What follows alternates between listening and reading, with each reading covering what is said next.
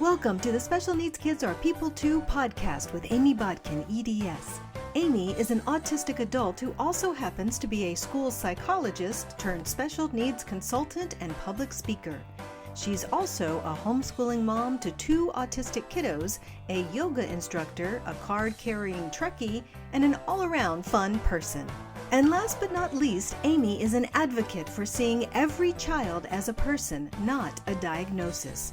Because a special needs kid is just like any other child, just more so. Here's Amy Bodkin. Hi, I'm Amy Bodkin, coming to you from the blanket fort in my office, and welcome to Special Needs Kids Are People Too. Last time we talked about diagnoses and how, well, we shouldn't be afraid of diagnoses because of the many benefits they can offer, from access to supports and also a sense of community with others, knowing that we aren't the only ones just like us. That we should also be cautious about the language that we use concerning diagnoses, because sometimes hidden in that language are clues about what our society values and what our society doesn't value. And taking time to reflect on that can sometimes help us discover opportunities for growth as a society. And it's also important to recognize that without that reflection and awareness, we open ourselves up to the possibility of using diagnoses to dehumanize others. And that's not okay. With dehumanization can sometimes come talk of cures. That's definitely common in the autism world. I'm all for making sure that every child is able to enjoy life feeling good and comfortable. And if you don't feel good inside because something's hurting you, then yes, we definitely want to address that. But that doesn't mean that we need to fix others, that they are not valuable as they are. And it's very important to delineate between the two. Talking about cures is also common with autism research because so much of it is focused on trying to understand where autism comes from, trying to figure out ways to test it earlier and earlier, perhaps even a prenatal test. Very little research funding goes to supports into adulthood or autistic health in general. And you see this also with Down syndrome. Iceland has cured Down syndrome by terminating every single pregnancy that might produce a Down syndrome child. I don't call that a cure. I call that eugenics. And that's not okay either. If they one day create a pregnancy test for autism, who's to say that child doesn't have value just the way they are? Who gets the decision, the right to decide who has value and who doesn't have value? Whose life has value and whose life doesn't? I don't think that's a decision or a right that is within our reach.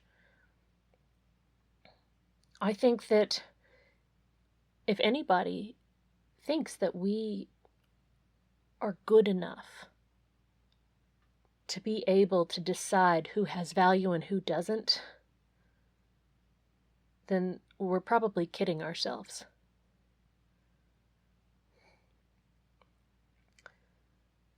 With talk of cures and potentially leading to eugenics, We can also see the curtailing of rights. Now, I understand that there are some limitations. If you can't see, it's probably not the best decision to drive a car that requires seeing. And there are certain limitations that all of us have in life, just different ones for different people. But then there are limitations that are placed on people because of a diagnosis, and not because it's impossible. For example, you can be barred from military service due to a celiac disease diagnosis. And the argument that I have heard is that it's because the MREs are made from wheat. Well, they make a lot of things gluten-free these days. I'm pretty darn certain that we can make MREs gluten-free. And sometimes it's the way that we have imagined how things have to be, and we're blind to the possible adaptations that can be made to make more things possible for more people. If we do at some point create a self-driving car, that would open up personal transportation for people who can't see or have significant vision deficits. So, there are options out there, and the only thing that's really limiting us is fear and a lack of creativity.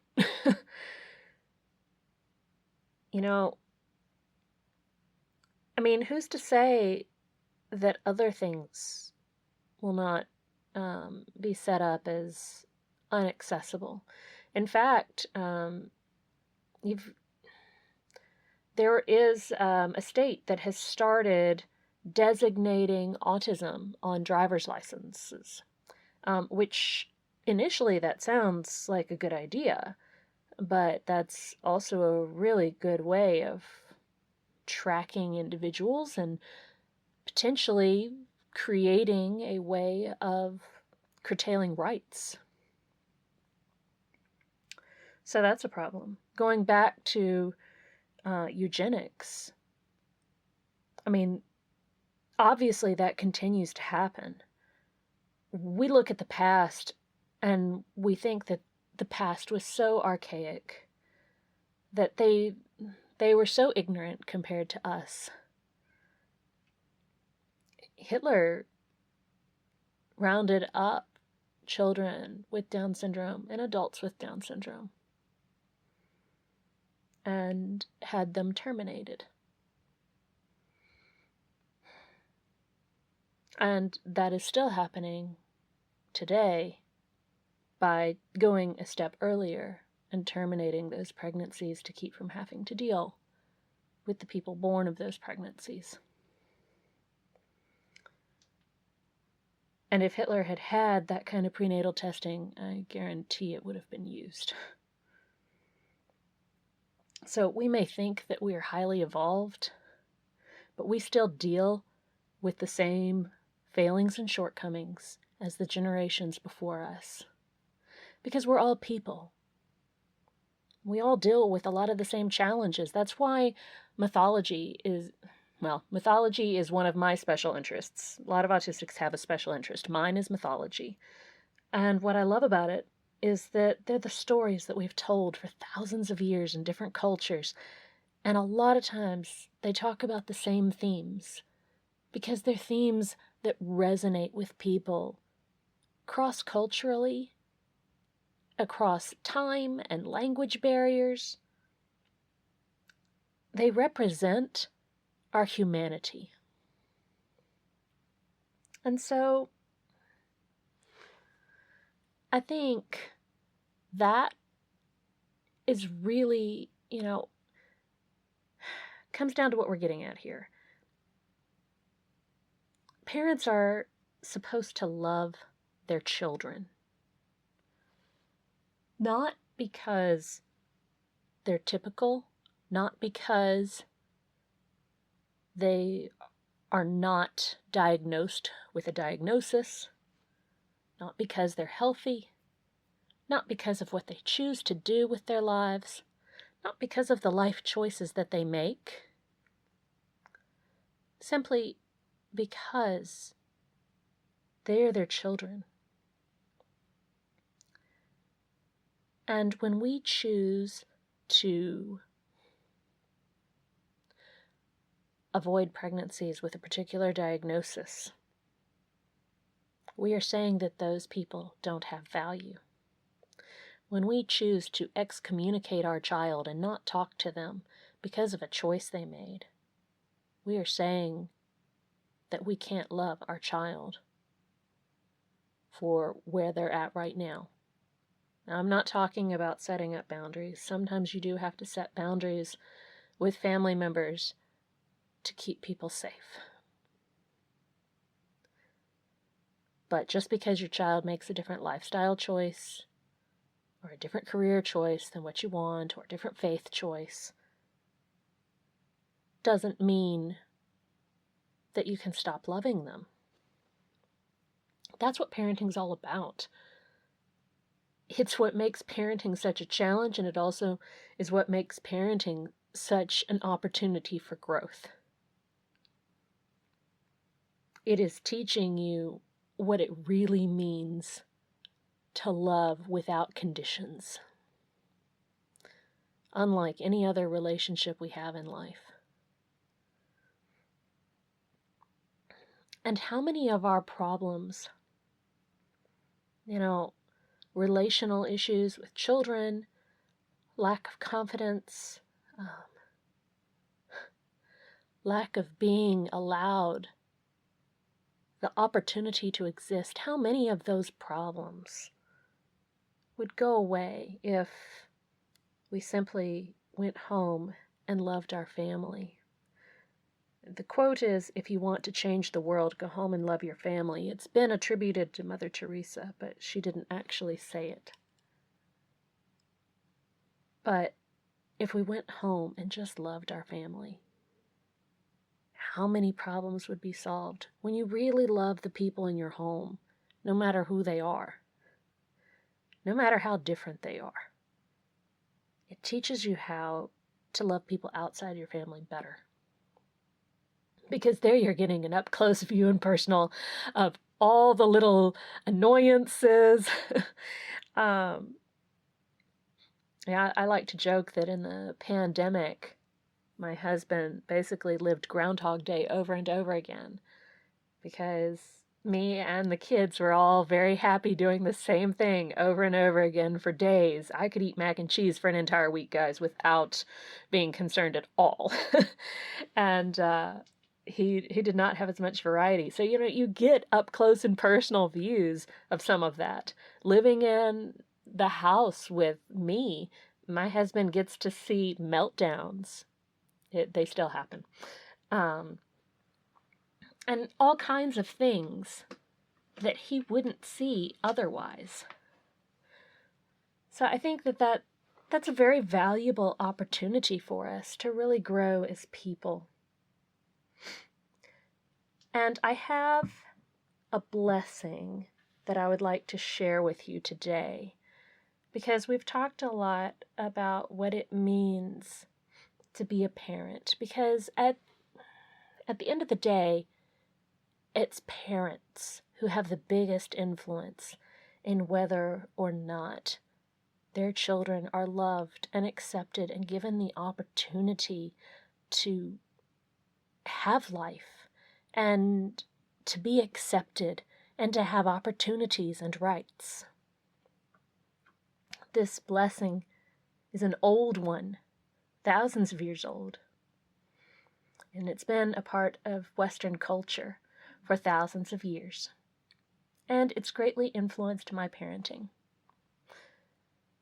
A lot of these ideas came from a blog series that I watched on olivebeta.com. The priestly blessing is found in Numbers 6:24 through 26 at the completion of the tabernacle. It is a blessing that many Jewish parents say over their children every Friday night, and that Christians often sing to each other in their churches. And it even appears in pop culture in the form of the Vulcan greeting, "Live long and prosper," using half of the hand gestures used by Israelite priests while saying the priestly blessing. It is, "May God bless you and keep you. Let God shine his face upon you and grant you grace. Let God lift his face towards you and grant you peace." If we think of this blessing as 3 blocks that build on each other throughout our children's childhoods, the first line would be the foundational block. The word blessing in the Bible is associated with the idea of increasing. As women, we carry our babies in our wombs with the idea of increasing that baby so it can be born to a life independent of our body. The word keeping, on the other hand, implies the opposite kind of energy.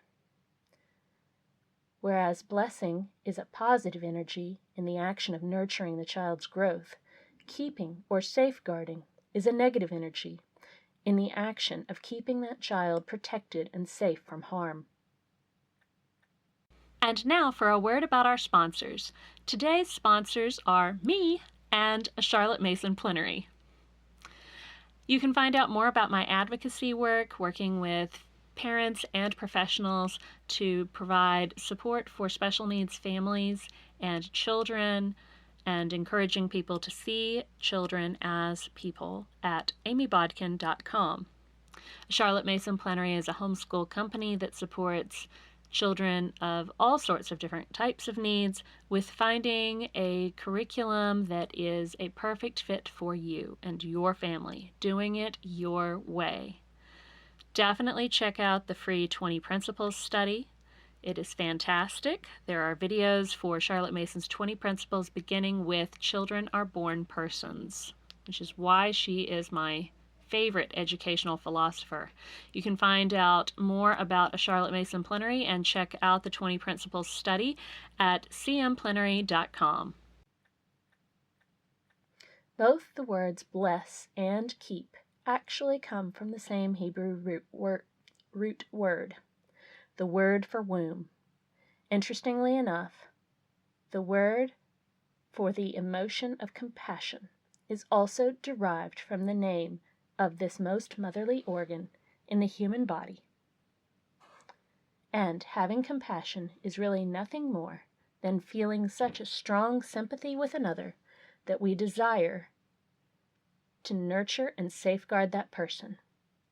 This is something that we began doing when our children were first being formed, and something we continue to do until they are one day able to do those things for themselves. We nurture them physically, emotionally, intellectually, and morally, that they will one day become adults, and we keep them from harm, both from threats outside themselves and inside themselves. The second block would be the second line. Only the second and third lines mention the face. Once our child is born, the first thing we do is smile and shine our face lovingly down upon our child. The child hasn't done a single thing yet, but we love him or her simply because he or she is ours. That is the very definition of grace, a love that is freely given. It is a top-down kind of love that depends only on one person, the parent. There is no plan to fix the child, because he or she is not enough as is, but this kind of love does unintentionally lead to the child's growth, because it imbues the child with the confidence to look his mother in the face, to babble, to take those first steps, go away from his mother, to meet other people, to try new skills and new activities. It is probably the one thing each child needs more than anything else. The third block is the final line. As our children grow, they begin to take on more and more independence, to make more and more decisions for themselves. We begin to meet their gaze instead of looking down at them, and as they make choices, some of which we will not always agree with. We try to give them a sense of peace, love without a guilt trip. This is a much more difficult kind of love for a parent to give, to let go and accept your child even when they disappoint us. I am beginning to work through some of this now myself as I begin this letting go with my own kids. I am beginning to focus less and less on nurturing and protecting them, and to instead begin to focus on nurturing and protecting the boundaries that protect the sacred space of our relationship, to make sure that it is always there for both of us. And really, that's what we do as parents. We nurture and protect them until they can do it for themselves. And when they can do it for themselves, and even when they can't do it for themselves, but they start to make some of their own choices and exert some of their own ideas, we have to learn to nurture and protect the space between us, the space in which our relationship resides, so that it will always be there. We have to have a respect for them as people, and to give them room to be themselves, to be the people that they were born to be. How many things, how many inventions, how many discoveries, how might the world be different if we made sure that no one was ever born with a disability? There's a Star Trek episode, there's always a Star Trek episode to describe everything in life, in which it was in The Next Generation, and they are going to contact this colony that has an asteroid headed towards it that will destroy the planet so that they can evacuate them. And when they get down there, they discover that the colony is a genetically designed colony. And so they can't just be uprooted without disrupting the balance of the entire colony. And they're trying to figure out how they can potentially divert the asteroid, which is way too big to move, so that they don't have to displace the colonists elsewhere. Well, as they're trying to figure it out, they finally figure out that they do have the technology to make it happen. They just hadn't thought about using it in that way before. And the technology that was used to displace that asteroid and save that world was the technology used to make a visor to allow a blind man to see. A man who would have never been born on that colony, because nobody was ever born without perfect vision. Necessity is often the mother of invention. So many of our scientific advances have happened because we had a problem to solve. We want to be able to expand the quality of life and freedom and opportunities. And when we consider it that way, we come up with great inventions. We develop a wonderful sense of compassion, of being able to look at the world from another perspective and find ways to make the world a better place for everyone to live in. But it's our differences that make that possible. And it's really important that we begin to look at the words we use and the ways that we see things and ask ourselves, what does this say about us as a society? What does this say about what we value as a people? Do these words and these actions say that we value diversity? Do these words and ideas and actions say that we only value certain types of people? This is an ongoing battle that we've been fighting since the beginning of time, and that we will continue fighting. We're never going to win this. It's not a war to be won. It's a battle to be waged, because it's fighting the battle that makes us better people. We have to fight battles in order to grow within ourselves. It is that challenge that pushes us to grow as a society. And sometimes it can be very encouraging to go back and read stories about times that other people have battled the same challenges, whether they won or they lost. To know that we're not alone. That we're not the first ones to have had to challenge our own previous conceptions, to expand our minds in new ways. It's part of being human. And it's something that we all have to do. Even if you have a diagnosis, that doesn't mean that you don't have some kind of a bias, either about yourself or about somebody else. It's something we're always working and growing into. So, go home and love your family. And while you're at it, go home and love yourself. Because we love our families best when we love ourselves for who we are too. Thanks for joining me, and I'll see you guys next time.